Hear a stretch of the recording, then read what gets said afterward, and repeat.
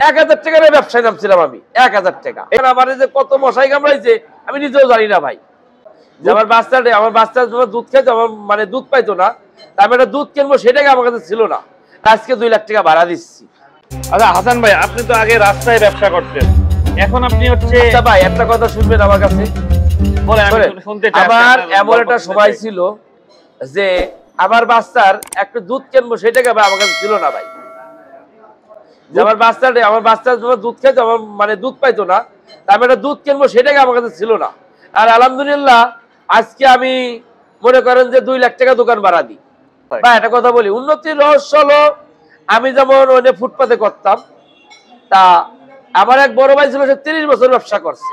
30 বছর। আমি আমার শুরু থেকে বলি, আমি ফার্স্ট এই করোনার ভিতরে ব্যবসাটা চালু করি। করোনার ভিতরে ব্যবসাটা শুরু করার পর আমারই ছিল আপনার করোনাতে আমি অনেক সময় ভাই অনেক মাছ, মনে করেন আমার যে কত মশাই কামড়াইছে আমি নিজেও জানি না ভাই। মনে করেন যে এত মশাই কামড়াইছে আমার ওই সময়, এটা আমার মনে করেন ওই কথা চিন্তা করলে আমার খুব কান্না আসে ভাই। মানে খুব 1000 টাকার ব্যবসায় নামছিলাম আমি, 1000 টাকা। এই ব্যবসায় 1000 টাকাতে নামছিলাম আমি। আজকে 2 লাখ ভাড়া দিচ্ছি। আর আজকে 2 লাখ টাকা ভাড়া দিচ্ছি। তারপরে শুরুটা কেমনে হইলো ভাই? আমি কিন্তু আগে শোনেন, আগে আমি যে সময় আমার এই দোকান ছিল না, আমি কিন্তু একটা টিন সেট বাসায় বস্তিতে থাকতাম। টিন সেট বাসায় বসতে? হ্যাঁ।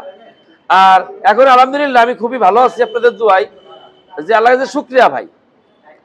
আচ্ছা এই ব্যবসায় আসার রহস্যটা কি, মানে কেমনে? এই ব্যবসাটা আমার এক চাচা ছিল, বুঝছেন? হ্যাঁ। ওই চাচা আমারে বলল তুই এই ব্যবসাটা কর, আলহামদুলিল্লাহ তুই ভালো চলতে পারে।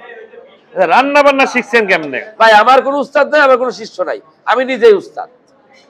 আচ্ছা এখন যেটা হচ্ছে, আপনি কি এই দোকানে উটের মাংস রাখবেন? হ্যাঁ, এই দোকানে উটের মাংস প্রতি বৃহস্পতিবার উটের মাংস থাকবে। এই দোকানেও প্রতি বৃহস্পতিবার উটের মাংস পাচ্ছে? তাহলে দর্শকরা এই দোকানেও হচ্ছে উটের মাংস পাবে। আচ্ছা আমি এটা কিছুক্ষণ আগে গরু দেখলাম, এটা কবে জবাই করা হবে? গরুটা হলো আপনার কালকে বেচবো আর 1 তারিখ বেচবো। 1 তারিখ বেচবেন?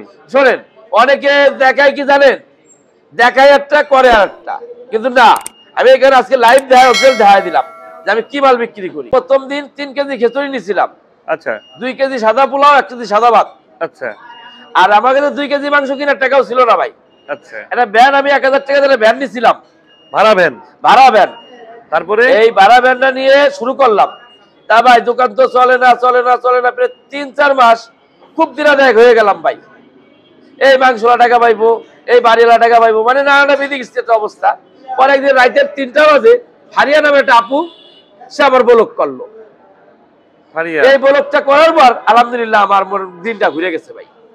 তারপরে আপনার হাতের যে রান্না, ভাই আর একটা কথা কই শোনেন, রান্না খাওয়া, বুঝছেন, আমি বিশ্বাস করেন আমার কোনো উস্তাদ আমি কে কাছে শিখিনি, আমি নিজেই মনে করেন সবকিছু করছি, নিজেই সবকিছু করছে। হ্যাঁ ভাই।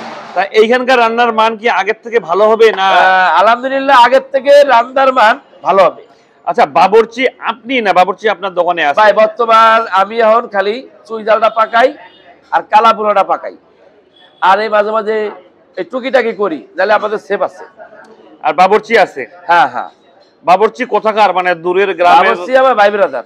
ভাই আমার এখানে ধরেন বাবুর্চি খুব যত লোক আছে সবচেয়ে বাবুর্চি আমার হলো খুব কাছের লোক। কাছের লোক? হ্যাঁ। কেউ খারাপ মন্তব্য করেন না, আপনি দেখেন আমি কি খাবার বিক্রি করি।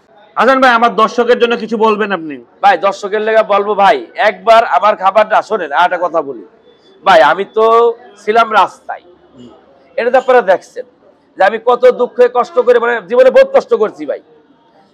আর কোন একটা সময় ভাই করলাম না যে আমি 3000 টাকা ঘর ভাড়া দিতে পারতাম না, এমন একটা সময় ছিল। আর আলহামদুলিল্লাহ আমি 2 লাখ টাকা আমি দোকান ভাড়া দিই। আচ্ছা। আমার এরকম সময় ছিল যে আমি 3000 টাকা, মানে এত দুঃখে কষ্ট দিন গেছে ভাই। আর 1000 টাকা নিয়ে ব্যবসা করে যে আমি এত এই পর্যন্ত যে আসছি, এটাই আল্লাহর কাছে ভাই শুকরিয়া ভাই। 1000 টাকা ব্যবসায় নামছিলাম ভাই। দর্শকে বলি ভাই, আপনারা একবার আসেন আমার কাছে, একবার এসে আমার খাবারটা খালি একটু ট্রাই করেন।